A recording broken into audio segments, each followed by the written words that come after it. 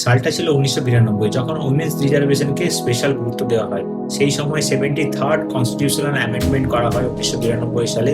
সেই কনস্টিটিউশনাল অ্যামেন্ডমেন্টের মধ্যে পঞ্চায়েতি রাজ সিস্টেমকে নিয়ে আসা হয় এবং পঞ্চায়েতি রাজ সিস্টেমের মধ্যে 33% উইমেন্সদের জন্য রিজার্ভ করা হয়। তার ঠিক কয়েক বছর পরেই ১৯৯৬ সালে লোকসভা এবং রাজ্যসভাতে উইমেন্স রিজার্ভেশন নিয়ে আসার জন্য বিল পেশ করা হয়। কিন্তু নানা কারণে সেই ১৯৯৬ সাল থেকে এখনো পর্যন্ত সেই বিল কিন্তু পাস করা সম্ভব হয়নি লোকসভা এবং রাজ্যসভাতে।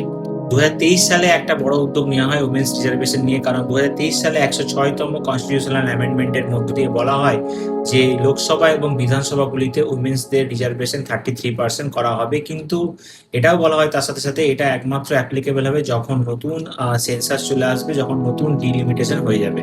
তাই বলা যেতে পারে এই নতুন সেন্সাস না হওয়াটাই হলো একটা বড় কারণ যার জন্য নতুন রিজার্ভেশন বা এই 33% রিজার্ভেশন ফর উইমেন্স করা পসিবল হয়নি এখনো পর্যন্ত লোকসভা এবং রাজ্যসভাগুলিতে।